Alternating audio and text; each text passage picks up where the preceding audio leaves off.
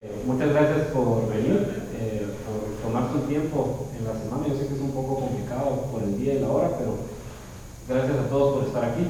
Estoy seguro que les va a servir un montón. Vamos a aprender bastante de Alexander. Y quería tomarme un tiempito para también los que no conocen el grupo de liderazgo virtuoso, pues presentarles un poco.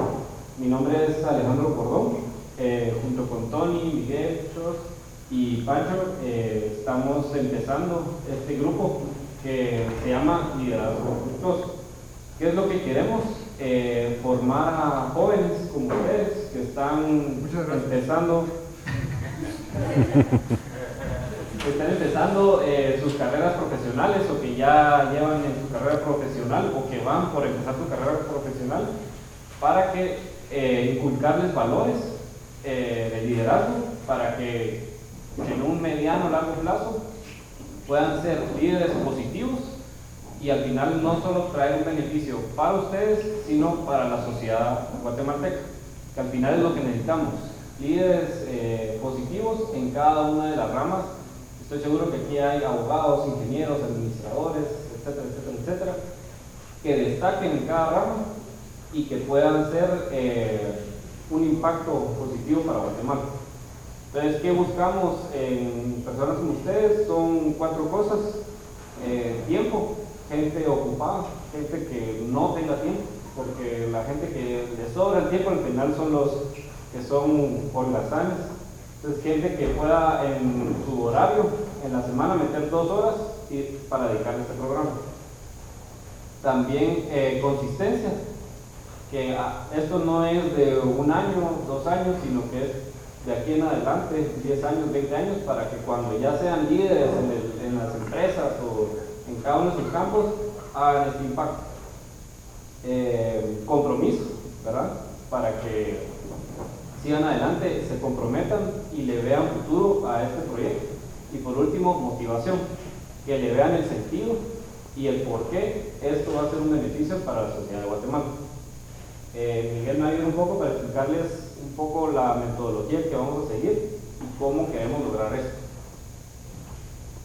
Gracias, Alejandro. Bueno, primero que todo, buenas tardes a todos, ¿cómo están? Gracias. Qué bueno. Pues yo lo que les quería contar era primero más o menos cómo vamos a estar trabajando nosotros. Aquí estamos reunidos para como objetivo 2 grupos principalmente.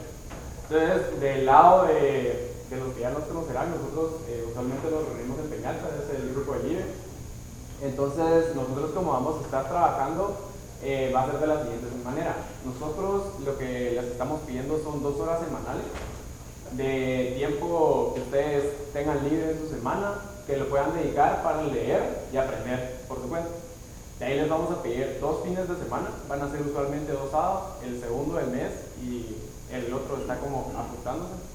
En donde vamos a tener conversatorios, donde vamos a llamar a líderes interesantes aquí de Guatemala. Ya hemos tenido varios el año pasado, no sé si han escuchado, hemos tenido a Ricardo Castillo, hemos tenido también a Kiki Beltranena, también a Philip Wilson. Entonces nosotros lo que buscamos es llamar a estos líderes, no solamente para que digan como, fui a una charla, la clásica, fui a una charla donde estaba este señor y nos habló de cosas bonitas.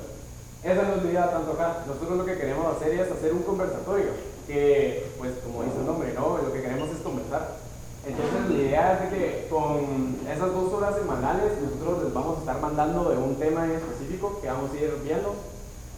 Usualmente estos son principios de los cuales queremos que el conversatorio trate. Por lo tanto, así queremos aprovechar más a la persona que está llegando con nosotros, ese profesional, para nosotros poder así atacarlo con todas nuestras dudas que tengamos y así aprovechar un poco más ese tiempo que tenemos con estas personas, porque quiera que no, tampoco es tan seguido que podemos ir con un CEO de Guatemala, ¿no? Y básicamente es eso. De ahí, como ahorita está organizado, es lo que les dije de las 2 semanas, de ahí es su tiempo libre, de ahí sería este segundo sábado, donde vamos a tener, el segundo sábado del mes, donde vamos a estar teniendo los conversatorios. Y luego, el siguiente sábado, eso todavía lo estamos planificando, pero la idea es de que tengamos un taller en donde nosotros vengamos, nos reunamos y hablemos de los temas que hemos aprendido. Porque quiera que no, si uno bien está aprendiendo las cosas, A veces te puede entrar por un oído y te sale por el otro, pero esa no es la idea, sino que es concretarlo y pues ya practicarlo en tu vida diaria, ¿no? Y bueno, eso es prácticamente como nosotros vamos a estar aquí manejándonos. Quería ver si Karen podría decir unas palabras. Un aplauso, Karen.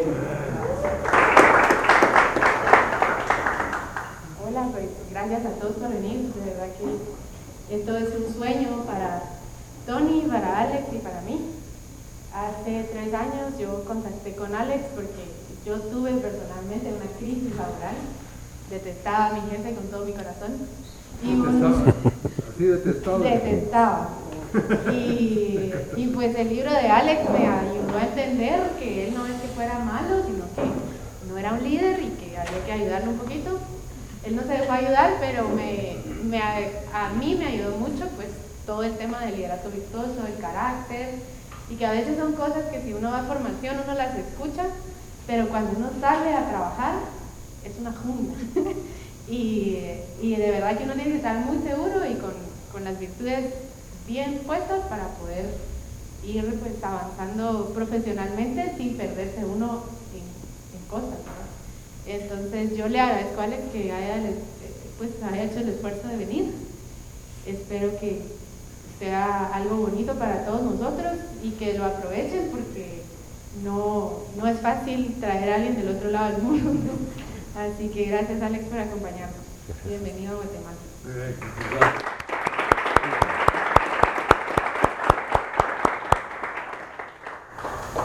Una rápida presentación de Alex. Realmente es un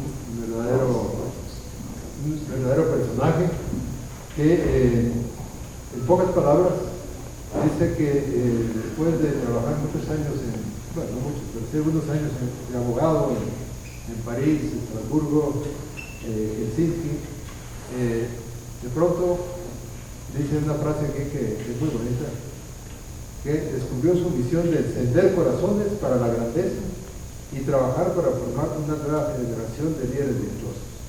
Ese es Alexander Ava, que vive en Moscú desde hace muchos años y realmente es una persona que se ha dedicado a promover esto en el mundo. Y hay alrededor de 15 institutos alrededor del mundo. Aquí, pues Karen es de las que está iniciando el libro aquí. Estuvimos también con un empresario que se ve que tiene mucho interés de hacer algo muy en serio. Bueno, lo que estamos haciendo aquí también es serio. No se ríen. Ya ven que a veces no me salen los chistes, según yo creí que iban a reírse y no funcionó. Bueno, Alex, como ven, está un poco colorado porque el lunes estuvimos en el lado de Titlán y estuvo alrededor de 3 horas metido ahí. Bien, entonces, él realmente es el fundador del sistema de liderazgo virtuoso, nació y creció en París y es internacionalmente una persona muy conocida sobre todo este tema. En Estados Unidos ha estado de ahí viene, ahora estuvo últimamente en Phoenix, Arizona, antes en Vancouver y también en otra ciudad que yo no conocía, Bismarck, dice a 20 grados bajo cero. Así que pido para Alex un aplauso de bienvenida.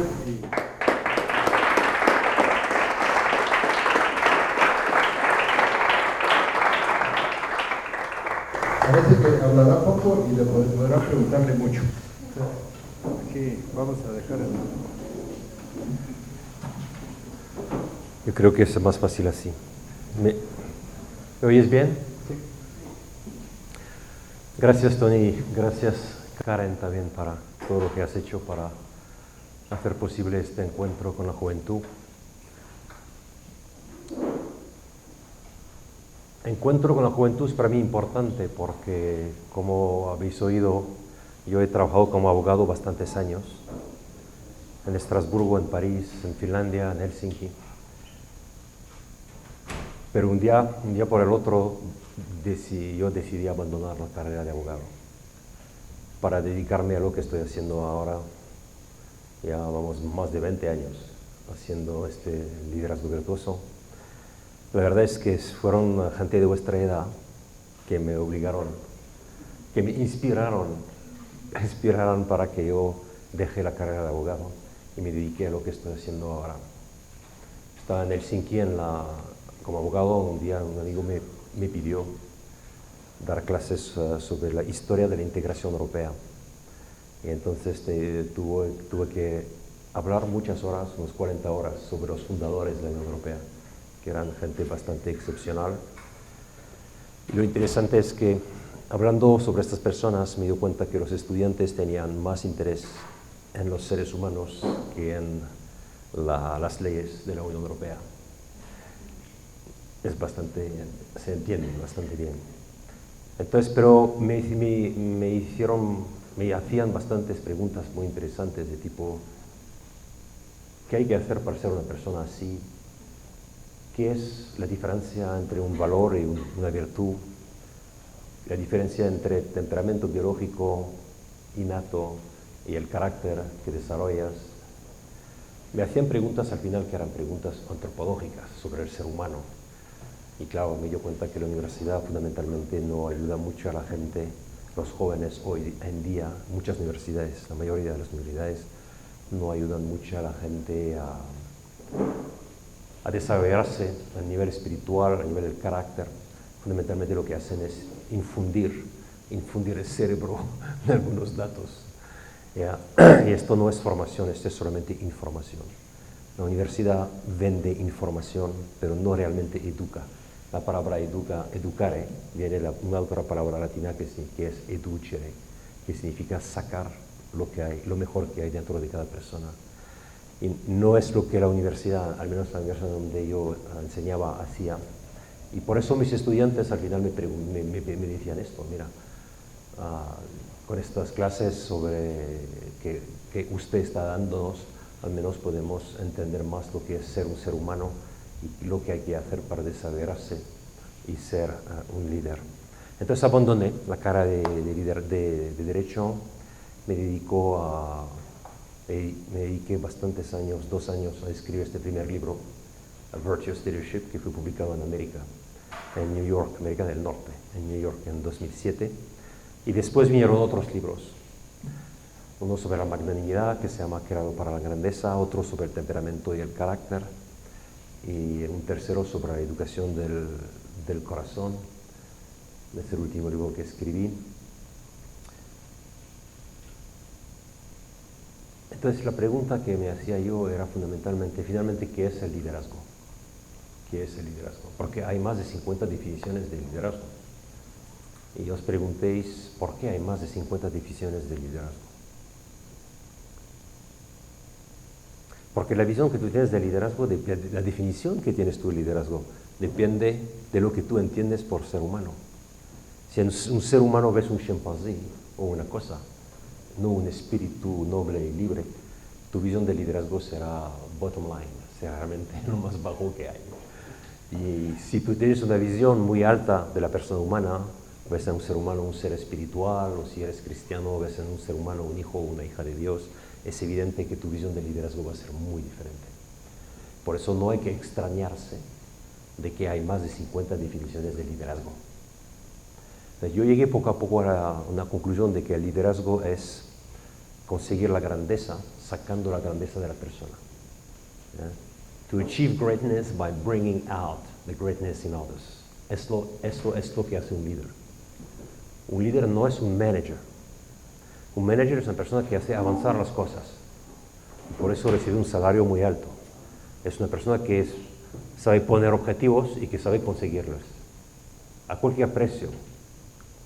Pero un líder es una persona que tiene una preocupación elemental para sus empleados, sus hijos, para la gente que sirve.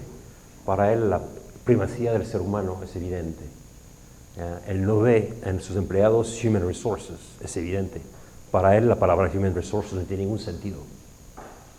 Hay un businessman americano muy famoso que se llama Herb Kelleher, que fue el fundador de la compañía Southwest Airlines, que es el low cost número 1 en el mundo, fundado en Texas en el año 71. Siempre decía, nosotros no tenemos Human Resource Department, lo que tenemos es un People Department. porque nuestra persona, nuestros empleados no son recursos, son un fin en sí mismo. ¿Entiendes? Son el fin en sí mismo. Y cuando la gente le llamaba a los clientes para decirle, mira, no estoy contento de la manera como me han tratado tus empleados, él siempre respondía, don't abuse my people, fly with another company. No maltrates a mis empleados, puedes volar con otra compañía. Este va totalmente contra las leyes del capitalismo liberal actual, que es que el cliente siempre tiene razón. Para él el cliente no siempre tiene razón. ¿Quién tiene siempre razón? Mis empleados. Muy sencillo. Fly with another company. Puedes volar con otra compañía. No, yo no te necesito. Yo necesito mis empleados, pero a ti no te necesito. Y esta compañía es el número 1 mundial de low cost transportation. Entonces no podemos decir que esto no funciona. Funciona perfectamente. Es una persona, tú ves, que tenía visión de lo que es el liderazgo verdadero. El liderazgo verdadero es conseguir la grandeza sacando la grandeza de las personas. Achieve greatness by bringing out the greatness in others. Eso es lo que es el liderazgo. Si la gente te pregunta, ¿esto qué es el liderazgo? Tú no puedes decir, es el management. No es la misma cosa que el management. Hay managers que son líderes extraordinarios. Porque practican de lo que estamos hablando ahora y por eso consiguen a largo plazo resultados increíbles. Este es el ejemplo de Herb Kelleher en Southwest Airlines, el ejemplo de Edouard Michelin, la compañía Michelin, que es el número 1 de pneumático mundial. Es el ejemplo de Darwin Smith, que fue el presidente de la compañía Kimberly-Clark, el Consumer Paper, durante muchos años. Son gente que practican las cosas de las cuales vamos a hablar hoy. Y nadie puede decir que son gente que no han conseguido resultados extraordinarios. Lo que han conseguido son resultados increíbles a largo plazo. Entonces, el management y el liderazgo no son cosas que se oponen. Un buen manager es una persona que va a dedicar tiempo al liderazgo, que va a dedicar tiempo a las personas. Las personas son más importantes que el dinero o que los instrumentos. Porque a largo plazo son siempre las personas las que son creativas, las que tienen imaginación, las que llevan las compañías hasta la cima de realizaciones concretas.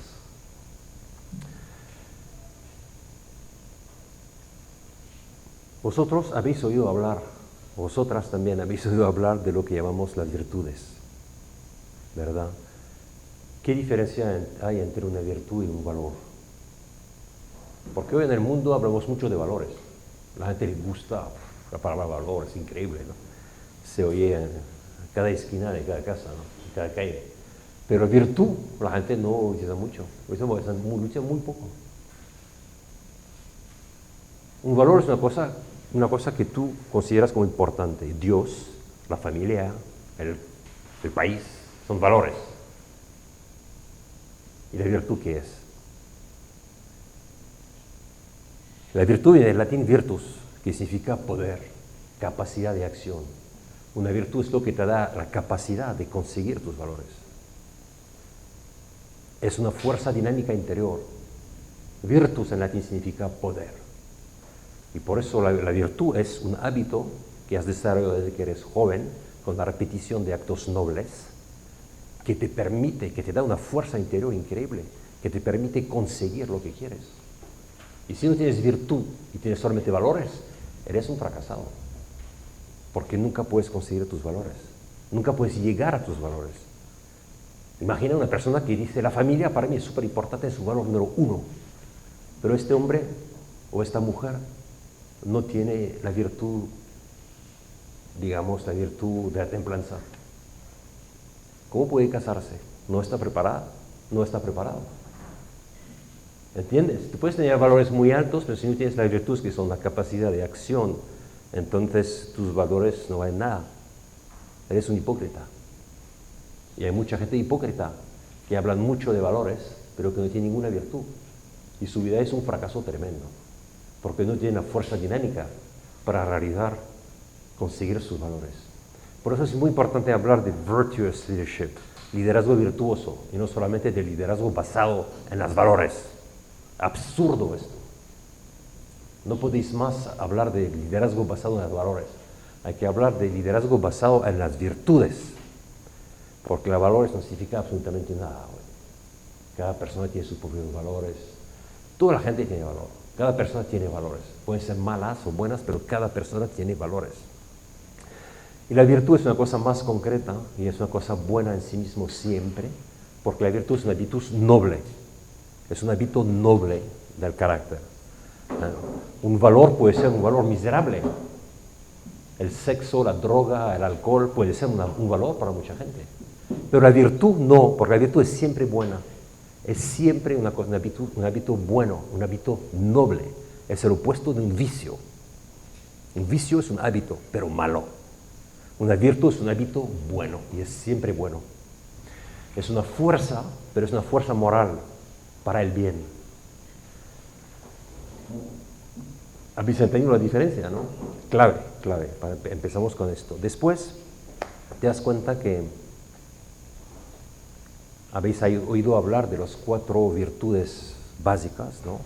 Que son la prudencia, que es la capacidad de tomar las decisiones buenas, la capacidad de entender el contexto humano, político, económico, de lo que pasa alrededor de ti mismo y tomar una decisión que corresponde a este contexto. Ese se llama la prudencia. Es la sabiduría práctica. Habéis oído hablar también de la fortaleza, que es la capacidad de mantener el rumbo. Has tomado una decisión, hay que continuar, no hay que ir atrás, hay que ir hasta el final. Este se llama fortaleza, es la persistencia, la capacidad de hacer el bien hasta el final. Es también la audacia es parte de la fortaleza, es la capacidad de tomar riesgos, la capacidad de tomar riesgos en la vida. Después habéis oído hablar de la templanza, que es la capacidad de dirigir sus emociones y sus pasiones, no destruirlas, pero identificar las buenas de las malas, hacer la diferencia, exterminar las malas, como la envidia, el orgullo, la envidia, son cosas malas que tienes que destrozar inmediatamente, y multiplicar las pasiones buenas, es decir, utilizar toda la energía vital que viene de las pasiones para utilizarlo en el cumplimiento de tu misión en la vida. La templanza no es destrucción de las pasiones, es utilización para el bien de la energía vital que te dan las emociones. Un líder es un hombre o una mujer apasionado y sabe perfectamente utilizar esta energía vital. Y habéis oído todos, o también habéis oído hablar de la virtud de la justicia. La justicia es la virtud que consiste en dar a cada uno lo suyo. Es la virtud de las personas que saben interactuar con nosotros. La veracidad, decir la verdad, no mentir, la sinceridad, la simplicidad, la empatía, la amistad, el amor para los seres humanos, todas estas virtudes están enraizadas en la virtud de la justicia. ¿Ok? Entonces, todos hemos oído hablar de esas 4 virtudes que evidentemente en el liderazgo son importantes, pero son importantes en cualquier actividad humana. Para cualquier actividad humana tiene que haber prudencia, es decir, la distinción entre el bien y el mal, la capacidad de tomar buenas decisiones. Tiene que haber templanza, la capacidad de dirigir sus emociones y no convertirse en un animal.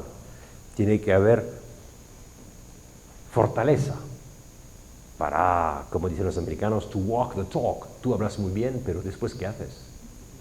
Si tú no eres fuerte, hablas muy bien, pero no haces nada.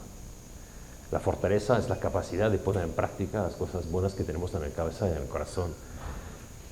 Y la justicia, que nos da la capacidad de comunicar bien con los seres humanos, entrar en el corazón de la gente, escucharles, ayudarles. Esto es la justicia. Pero esas 4 virtudes, os dais cuenta, aunque son súper importantes en cualquier actividad humana y también en el liderazgo, no son las virtudes específicas del líder. Hemos dicho que el liderazgo es achieve greatness by bringing out the greatness in others. Es conseguir la grandeza personal sacando la grandeza de cualquier persona.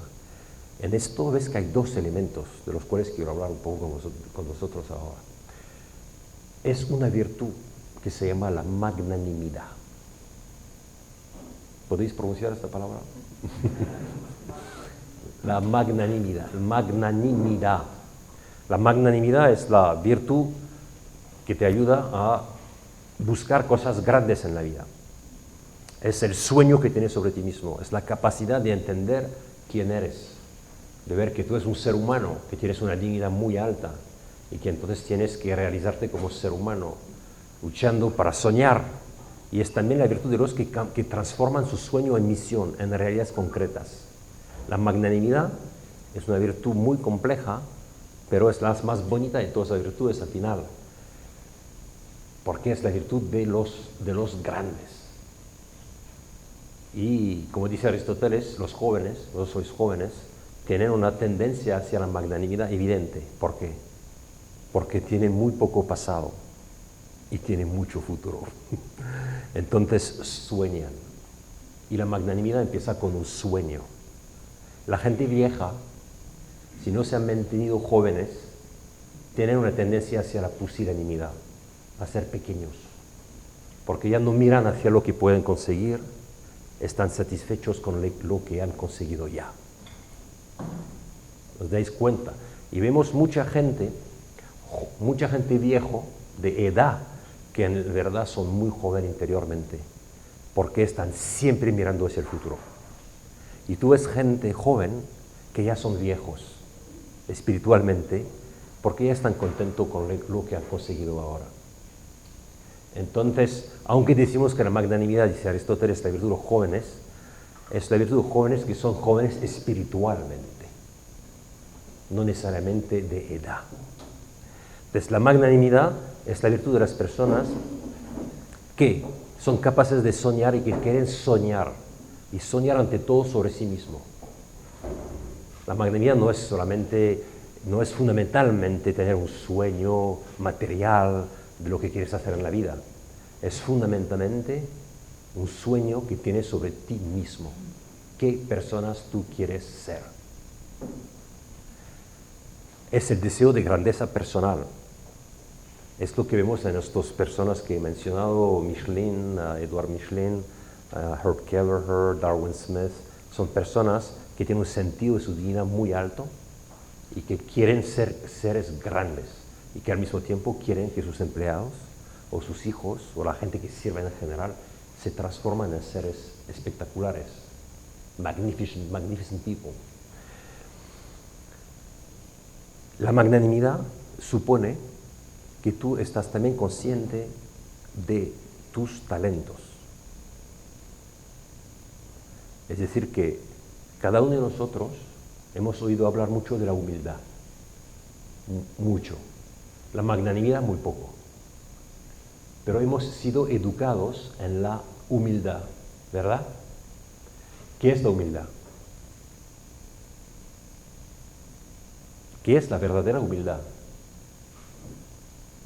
Muchos pensamos que la humildad es decir, yo valgo poco, yo soy nada, no tengo talentos, soy una miseria. Esto no es la humildad. Este se llama miserabilismo. ¿La humildad qué es? La humildad es la virtud de los que viven en la verdad sobre sí mismo. Esa es la definición filosófica de la humildad. Una persona humilde es una persona que vive en la verdad sobre sí mismo. ¿Y qué es esta verdad? La verdad sobre ti mismo es que en ti hay cosas que no funcionan bien, pero hay cosas espectaculares. En ti hay talentos, en ti hay dones de Dios, en ti hay cosas increíbles que tienes que investigar y conocer muy bien. Y tienes que multiplicarlas, y tienes que servir a la humanidad con estas virtudes.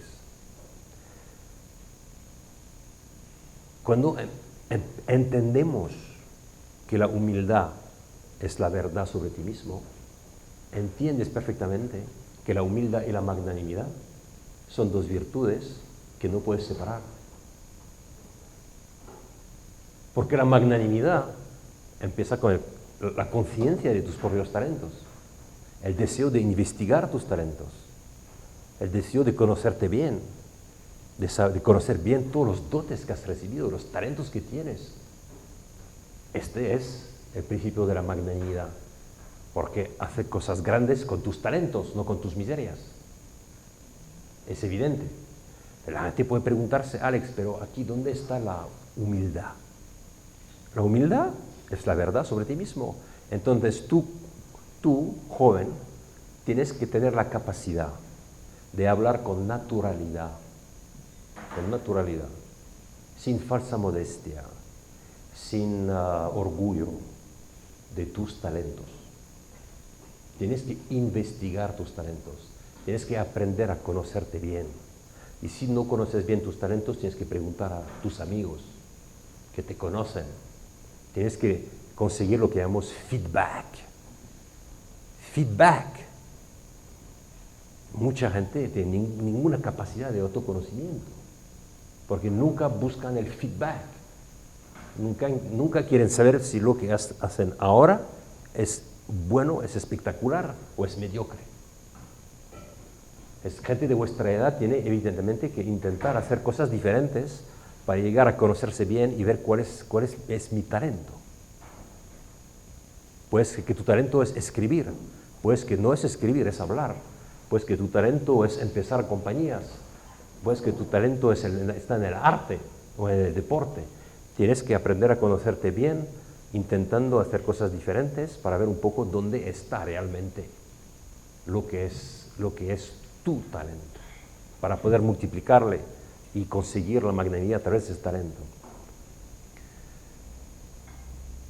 Una persona así es una persona que empieza a desarrollar la magnanimidad, porque no tiene miedo de su talento y no tiene falsa modestia, puede hablar con naturalidad de los dones que tiene.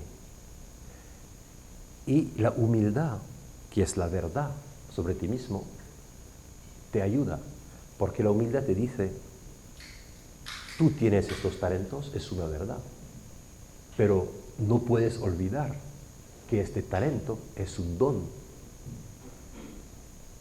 El origen de este talento es Dios, no es tu talento. Lo que puedes hacer tú es multiplicarlo. Pero tú tienes que saber y estar consciente de que este talento te fue dado. El origen de este talento es un don. Y entonces, si tú sabes esto, tú estás en la magnanimidad y en la humildad al mismo tiempo. Y no tienes que preocuparte más. El problema con mucha gente es que creen que son magnánimos cuando son orgullosos, porque no tienen conciencia de que el talento lo han recibido. Piensan que el talento es el producto de su propia actividad. Cuando la verdad es que tu talento tú puedes multiplicarle, efectivamente, tú puedes aumentarle, multiplicarle, pero el origen de ese talento es un don. Y hay millones de personas que no pueden ser realmente magnánimos porque caen inmediatamente en el orgullo, porque no tienen conciencia del origen de ese talento. Hay un deportista muy famoso, me gusta hablar de él, fue Eric Liddell. Eric Liddell fue un pastor protestante en el siglo pasado en Escocia, que tenía un deseo enorme de ir a China para evangelizar a los chinos. Pero un día se dio cuenta que corría muy rápido. Y entonces empezó a decir, God made me fast. 4 palabras. Y entonces él pensó, antes de ir a China, yo voy a ir a París, a los Juegos Olímpicos, para correr mis 100 metros. El 100 metros era un domingo y él como protestante no podía correr 100 metros porque no corría el domingo. Entonces le dieron el 400. Y se fue para el 400, se fue entrenándose para el 400 y ganó la medalla de oro en París en 1926. Después se fue a China y murió allá en un campo de concentración japonés en 1945 en Manchuria, propagando el Evangelio. Lo interesante de Eric Liddell es esta frase que pronunciaba mucho. God made me fast. Dios me hizo rápido. Este hombre tenía perfectamente conciencia de su talento. I'm fast. Y no tenía miedo de decirlo. Pero al mismo tiempo tenía una conciencia espectacular de que este talento viene de Dios. God made me fast. Por eso este hombre vivía en la humildad y la magnanimidad, altísimo nivel. Una conciencia perfecta de su talento y una conciencia absoluta del origen de ese talento. No necesitaba modestia, porque estaba en la verdad. Entonces a vosotros jóvenes es muy importante esto. Daos cuenta que la gente os ha hablado mucho de la humildad, pero muchas veces os han hablado mal, muy mal. Y entonces mucha persona tiene visión de la humildad como apocamiento, modestia. La modestia comparado con la humildad es nada. La humildad es una virtud enorme. La modestia es algo muy pequeño. Hay un escritor inglés que se llama C.S. Lewis que dijo, la verdadera humildad no necesita de la modestia. Si Dios está contento de su obra, la obra tiene que estar contenta de sí mismo. Es muy fuerte la frase. Si Dios está contento de su obra, la obra tiene que estar contenta de sí mismo. Es decir, que cada uno tiene que estar contento de los dones que tiene y tiene que saber que tiene dones. Entonces es importante la magnanimidad y la humildad son dos virtudes que van mano en mano y no se puede separar. Si tú hablas 2 horas de magnanimidad, tienes que hablar 2 horas de humildad. Si tú hablas 2 horas de humildad, tendrás que hablar 2 horas de magnanimidad. Si no, creas un caos en la mente de las personas. Es muy importante tener esto claro ya cuando uno es joven, porque tenéis conciencia de vuestros talentos y uno que no entiende bien el tema de la humildad puede decir, mira, stop, no, mejor que no tenga talentos, porque si no voy a caer en el orgullo. Malo, muy malo. ¿Entendéis? Muy malo esto. No tenéis que tener miedo de esos talentos, lo que tenéis que tener una visión clara de que estos talentos son dones. Que vais a multiplicar, evidentemente, pero que al origen son dones. Y si esto está claro en vuestra vida, en vuestra mente y en vuestro corazón, ante todo, no habrá ningún problema de desequilibrio entre humildad y magnanimidad. Estar a un equilibrio total. Una capacidad de hablar de tu talento con naturalidad, sin orgullo, y al mismo tiempo un agradecimiento a Dios por todo lo que te ha dado. La magnanimidad fundamentalmente es el fruto del agradecimiento. Un magnánimo es una persona que se da cuenta de todo lo que ha recibido y es agradecido a Dios por lo que ha recibido a través de la familia, a través de la patria, a través de la cultura, a través de sus amigos. Está consciente de todos los bienes que ha recibido y es agradecido. Y este agradecimiento se cambia en acción, se cambia en sueño. Se da cuenta de lo que ha recibido y dice, yo no puedo quedarme donde estoy. Es imposible. Yo sería un miserable. Con todo lo que he recibido, tengo que dar, tengo que soñar y tengo que concretar el sueño en una misión concreta en la vida. La magnanimidad es la virtud de la esperanza humana, es decir, que es la esperanza que tienes en ti mismo. ¿Por qué? Tú tienes que tener esperanza, tienes que tener fe en ti mismo. Hay que tener fe en Dios, evidentemente, pero tienes que tener fe en ti mismo, porque los dones que Dios te ha dado a través de la naturaleza vienen de Dios, y Dios quiere que tú tengas fe en estos dones, si no, no te les habría dado. Tú ves, la magnanimidad no es una virtud sobrenatural, es una virtud humana de una persona que se da cuenta de todo lo que ha recibido y agradece a Dios de todo lo que ha recibido y siente su responsabilidad por lo que ha recibido. Tiene fe en sí mismo, no solamente fe en Dios, fe en sí mismo. Pero tener fe en sí mismo es lo mismo que tener fe en Dios, porque estos talentos Dios te los han dado. A través de la naturaleza, repito, genética, biología, padres, abuelos, patria, cultura, amigos. Son talentos naturales. Y hay mucha gente que son incapaces de conocerse bien y de investigar estos talentos naturales que tienen. Y están siempre pidiendo a Dios su gracia para hacer cosas. Y Dios le dice, mira lo que te he dado, chico. Mira un poquito tú eres un poquito... ¿Entendéis lo que quiero decir? Ese es el magnánimo. El magnánimo es una persona que ve inmediatamente lo natural que tiene. No significa que no va a pedir a Dios ayuda. Significa que solamente ya se da cuenta que Dios le ha dado algo ya.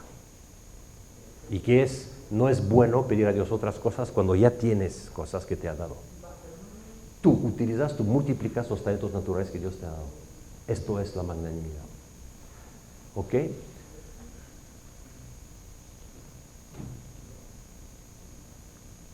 La humildad son dos cosas. La humildad es, 1, el autoconocimiento y 2, el servicio a los otros. Entonces la humildad es la base de la pirámide y es también el summit de la pirámide, el top. Porque la base es el conocimiento de sí mismo. Y el top es el servicio al otro. Una persona humilde en la práctica no es solamente uno que se conoce bien a sí mismo, que está en la verdad sobre sí mismo, es uno que también sirve a los otros. Es lo que hacen estas personas de las cuales hemos hablado. Son servidores de sus empleados, servidores de sus hijos, servidores de sus amigos.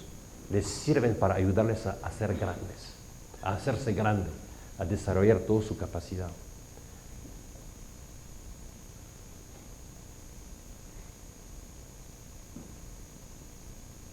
La gente muchas veces pregunta a Alex, pero ¿cómo se desarrolla la magnanimidad?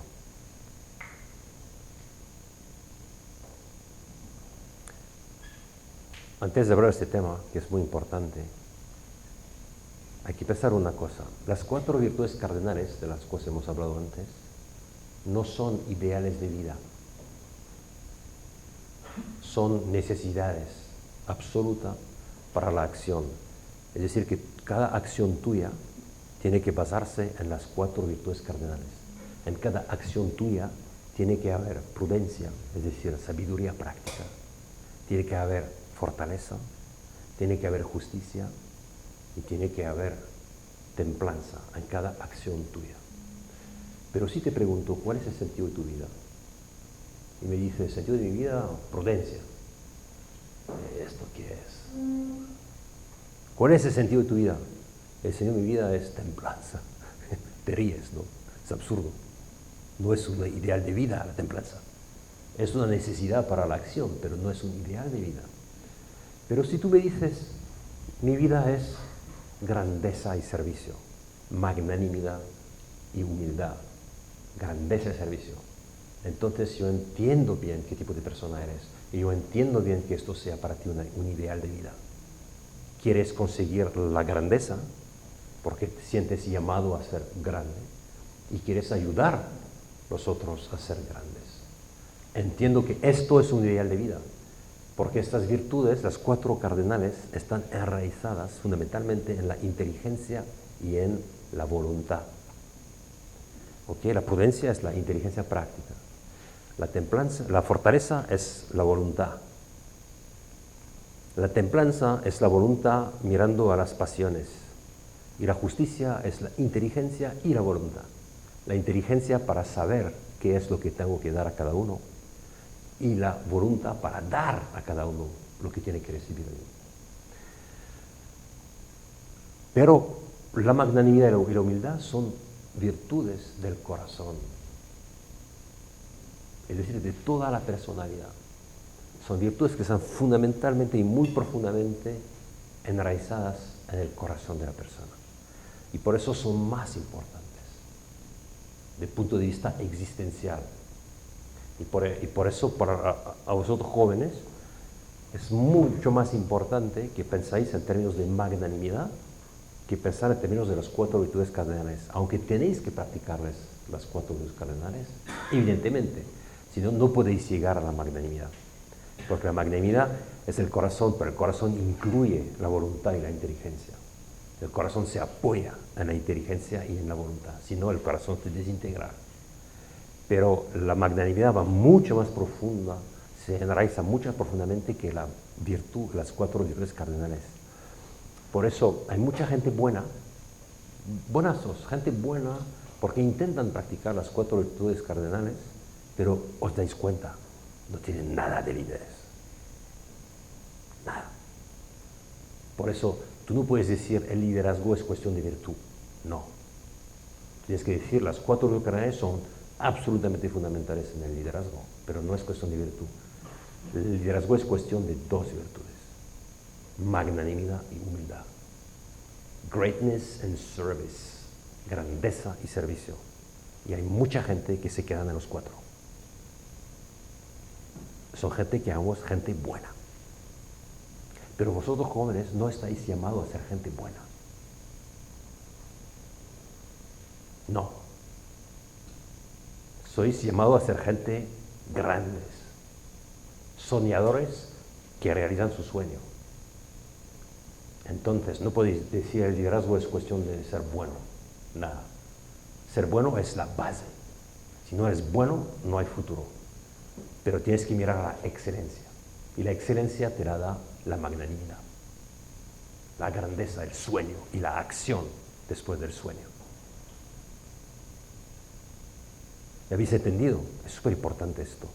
Hay mucha gente habla de las 4 virtudes cardinales y nunca te hablan de la magnanimidad. Y lo que hacen es producir gente buenazos. Buena, buen chico, fíjate, mira, tiene fortaleza, buen chico.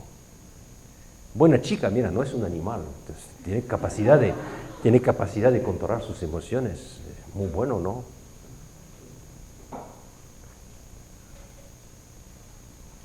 No es suficiente esto. Esto es gente buena. Ya está. Hay demasiada gente buena en el mundo. Como decía Martin Luther King. Decía, hay demasiada gente buena. Y no me sirven para nada, decía, estos bonazos. Necesitamos gente excelente. Y la excelencia es el producto de la magnanimidad. Hay que soñar para desarrollarla ante todo. Y antes de hablar de cómo se desarrolla la magnanimidad, quiero hablaros un poco del tema del principio del desarrollo personal. Porque hemos hablado ahora de 6 virtudes, ¿ok? Las 4 cardinales y 2 virtudes que son específicas de liderazgo, que son la magnanimidad y la humildad, la grandeza y el servicio. Pero os dais cuenta, cada uno de nosotros tiene una estructura biológica concreta. Hay gente que tiene un temperamento biológico colérico, hay otros que son flemáticos, hay otros que son melancólicos, hay otros que son sanguíneos. Y tenemos que hablar 5 minutos un poco de estos temperamentos porque os ayudará a entender mejor cómo desarrollar la virtud y qué virtud en concreto tenéis que desarrollar. Cada uno de vosotros. Vuestro camino hacia la grandeza es un camino personal. Depende de qué hay en la base de este desarrollo. Una persona que tiene un temperamento colérico, ¿qué es? Es una persona que ha nacido manager. Es una persona que está orientada hacia la acción, biológicamente. Es decir, que si no hay acción en su vida, se hunde. Necesita acción todo el tiempo. Es una persona que ha nacido manager. El manager es esto, una persona que a través de la acción consigue objetivos materiales que se ha fijado. Entonces, hay gente que nace managers. Nadie nace líder, porque el liderazgo es una actitud moral, desarrollo del carácter. Pero hay gente que nacen biológicamente managers. Muchos. Los coléricos. Un colérico tiene una fortaleza biológica. Es hombre o mujer de acción. ¿Cuál es el desafío en términos de liderazgo para estas personas? Un poco, pero fundamentalmente es la humildad. ¿Por qué? Porque el liderazgo es fundamentalmente las personas. Y un colérico piensa, su primera reacción es una reacción biológica, es siempre los resultados materiales. Entonces, cuando un colérico que no tiene carácter te ve a ti, su empleado, él ve un recurso humano. Es evidente. Él ve medios, instrumentos para conseguir el resultado. Entonces, un colérico sin carácter sin humildad es una persona que ve recursos humanos por todo el lado, instrumentos para conseguir el objetivo que quiere fijarse. Entonces, él necesita humildad para servir a sus empleados, para servir a sus hijos, para servir a sus amigos, para pensar, mira, stop Alex, yo soy colérico, mi primera reacción biológica es evidentemente conseguir el objetivo, pero mi segunda reacción tiene que ser, stop, la gente es más importante que las cosas.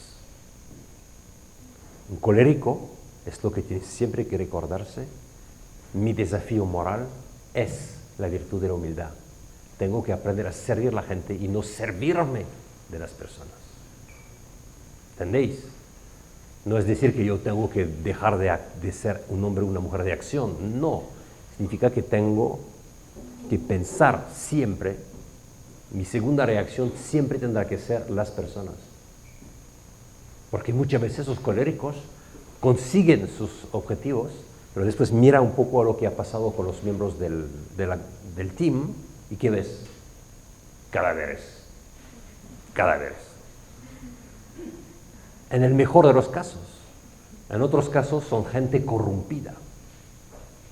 Y a él le da igual, porque el objetivo lo hemos conseguido. Yo he recibido un salario para esto, conseguir esto, lo hemos conseguido. ¿Por qué no estás contento? Sí, hemos muertos, somos malos, nos hemos corrompido, pero da igual, hemos conseguido lo abierto, el objetivo. Esto que pasa en la mente, en el corazón, fundamentalmente de un colérico que no tiene carácter, que no tiene humildad. ¿Entendéis? Herb Kelleher, el fundador de Southwest Airlines, fue un colérico tremendo, pero tiene una humildad impresionante. Su segunda reacción siempre fue mis empleados. Y a través de esto él consiguió resultados materiales espectaculares, porque tenía fe en sus empleados, porque servía a sus empleados, porque practicaba la inclusion, el empowerment, la delegación de powers, la delegación de poderes. Un colérico, si tú le preguntas, ¿por qué tú delegas poderes? Y le dice, yo delego poder porque no tengo tiempo de hacer todo. Significa que este hombre o esta mujer no tiene humildad. Si él te dice, Alex, yo delego poderes porque yo quiero que mis empleados experimenten la libertad, la responsabilidad, la creatividad y que crezcan. Yo podría hacer todo yo porque me gusta la acción y además soy más listo que ellos. Pero yo les doy poderes porque yo quiero que ellos crezcan. Esto es humildad. ¿Entendéis la diferencia? Se ve muy rápidamente la diferencia entre un boss, que es un típico manager sin carácter, y un boss que es un colérico que tiene humildad. Son gente totalmente diferentes. O sea, el desafío del colérico va a ser la humildad. Su segunda reacción tendrá que ser siempre stop. Los resultados muy bien, pero las personas son más importantes que el resultado material. Tengo que investir en la gente. Tengo que tener fe en la gente. Tengo que ayudar a la gente a desarrollarse. Si no, mi vida no tiene sentido. Ese es liderazgo. Un melancólico, ¿qué es? Un melancólico es una persona que está orientado no hacia la acción, sino hacia las ideas. Es un artista, es un creador, son gente muy profunda, escritores, pensadores, gente de la música, gente del arte, creativos. El movimiento del colérico es un movimiento de león, de un punto hacia un otro. El movimiento del melancólico es una águila. Es un movimiento muy lento, pero muy profundo. Y esta persona tiene mucho talento. No la acción, pero la idea, las ideas, la belleza, la bondad, la veracidad, todo esto es lo que le atrae. ¿Cuál es el challenge? El challenge, el desafío para los melancólicos es la acción. Tienen miedo a la acción. ¿Por qué? Porque son perfeccionistas y las ideas están perfectas dentro de tu corazón y tu idea, pero en cuanto empiezas a ponerla en práctica es siempre un desastre. ¿Por qué? Porque el ser humano es totalmente limitado. La idea en sí mismo es ilimitado, es puramente espiritual y tú puedes gozar de ella, pero ponerla en práctica significa bajar el nivel de perfección. Y como es perfeccionista, vive en mundo de perfección. El melancólico tiene un miedo hacia la implementación de la idea. Y por eso tiene que aprender a salir de sí mismo, a ir hacia los otros. Tiene que aprender a ser audaz. Audaz. Boldness, audacity. Salir de sí mismo y tomar riesgos para compartir con otras personas toda esta riqueza que tiene dentro. Hay mucha gente melancólica que no tiene audacidad. Entonces todo está dentro. Y no sale nada. Y se vuelven locos. Se vuelven locos. Hay muchos melancólicos locos. Porque son incapaces, porque no tienen audacia, incapaces de transmitir, de comunicar, de implementar lo que hay dentro. Y viven en un mundo suyo completamente loco. ¿Entendéis? Se llama la self-absorption. Están absorbidos por sí mismos, por sus pensamientos, por sus ideas, por sus sentimientos, y se mueren. Entonces, hasta físicamente y desde el punto de vista de la medicina, no es muy malo no ser audaz cuando eres melancólico. Entonces, si hay melancólicos aquí, seguramente que hay, tienen que saber, la melancolía significa salir de sí mismo. Acción exterior. Un melancólico típico fue Martin Luther King. Martin Luther King fue un melancólico total, no nació hombre de acción, es un pensador, es un escritor, es el hombre que pronunció los speeches más famosos de la historia de la humanidad, pero no es un hombre de acción. Pero se dio cuenta, en su cárcel, en Birmingham, en América, estuvo 63 veces en cárcel, entonces tenía tiempo para escribir. Escribió sus cartas famosas, cartas de Birmingham. La gente piensa que Birmingham en Inglaterra, pero nada que ver, es una cárcel Birmingham. Y de su cárcel escribió muchas cartas espectaculares. Ve que su hombre sabe escribir. La belleza, la fortaleza de las palabras es increíble. Es un genio, es un artista. Pero se dio cuenta, si yo quiero cambiar América y dar a los negros esta capacidad de ser reconocido en la sociedad, tengo que actuar, no puedo solamente escribir. Entonces, ¿qué hizo? Llamó a 2 coléricos increíbles para que le lanzaran el desafío todo el tiempo. Y Martin Luther King se cambió de nombre de acción. Y empezó la famosa March en Washington en el 63, que empezó todo el movimiento en favor de los derechos civiles de los negros en América del Norte. Típico ejemplo de un melancólico que se dio cuenta de que necesitaba fortaleza. Y esa fortaleza se transforma en un ser supermagnánimo. Después tienes la gente que llamamos sanguíneos. ¿Qué es un sanguíneo? Un sanguíneo es una persona que le gusta la comunicación. Es muy fácil para ellos. Es people-oriented. El colérico, action-oriented. ¿Okay? El melancólico, idea-oriented. El sanguíneo es people-oriented. Significa que es una persona que necesita de los otros. Uno que ama a la gente, que le gusta hacer chistes, que vive en el presente, que le gusta la alegría de vivir. Para él no hay futuro, no hay pasado, hay solamente ahora. Ahora quiero gozar de la vida. Ahora quiero la joie de vivre, la alegría de la vida, no mañana. El colérico mira hacia el futuro, el objetivo. El melancólico hacia el pasado, la nostalgia. El melancólico crea a base del pasado. El sanguíneo es todo presente. Todo presente. Y por eso son gente muy agradables, porque saben comunicar muy bien, son empáticos, te escuchan, hacen un chiste cuando hay que hacerlo, son cariñosos, practican la empatía, tienen una capacidad para la amistad muy desarrollada. Todo está al plan biológico. Es todo biológico esto. No tiene que hacer ningún esfuerzo moral, ningún esfuerzo. Son biológicamente así.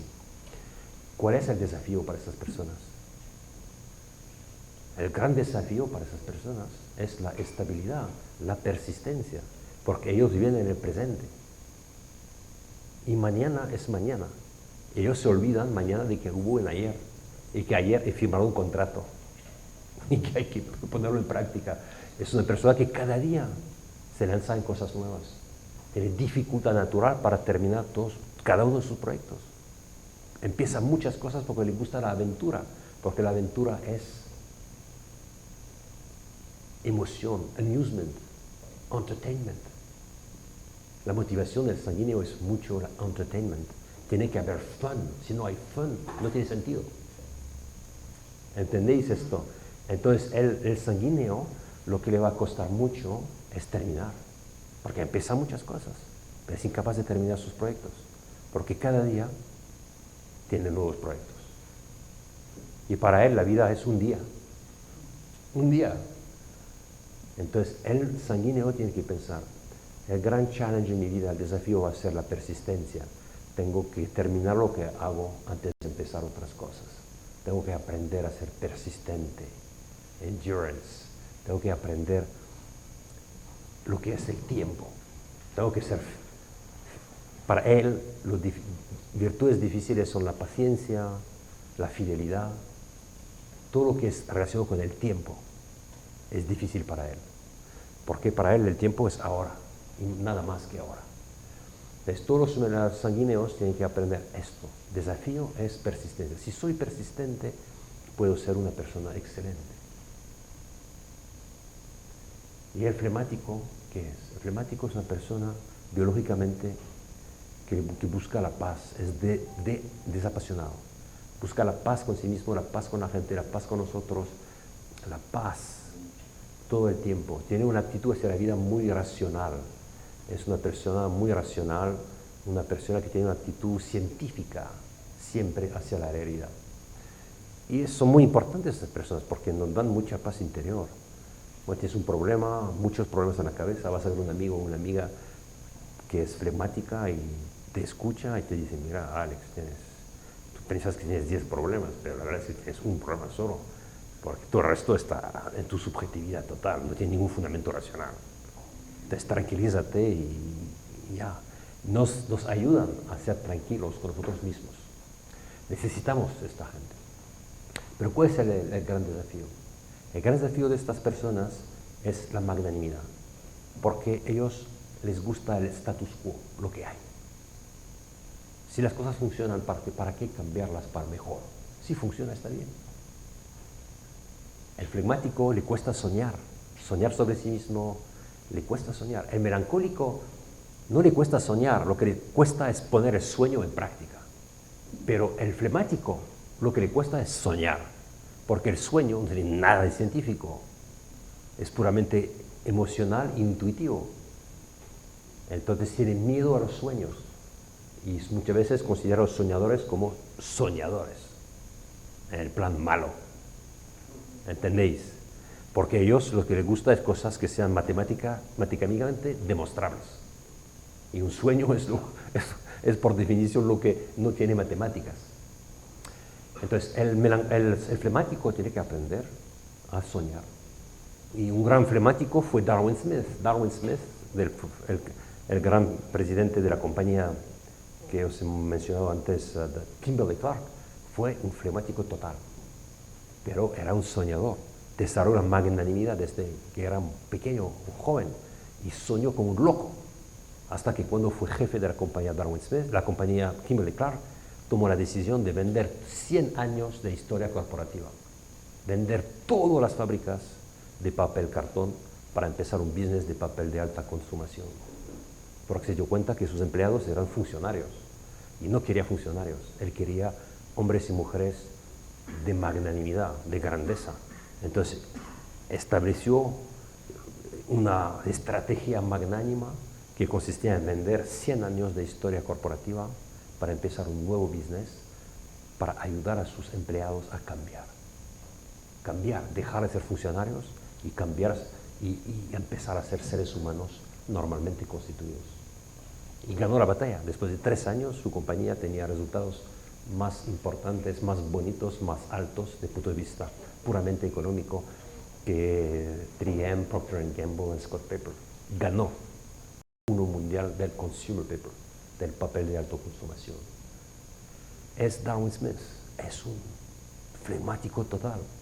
Cuando él, que escribió su biografía, que se llama Jim Collins, se fue a verle, Él no podía creer a sus ojos, porque veía enfrente de él una persona un tímido, un fleumático. Y entonces él pensó, es imposible que sea este hombre que ha hecho esto. Yo sé lo que ha hecho, porque lo he estudiado, dice él, pero no, esto no corresponde, porque no sabía lo que es la magnanimidad, y no se daba cuenta que esta persona, aunque es un fleumático, es un magnánimo excelente, es un hombre súper grande.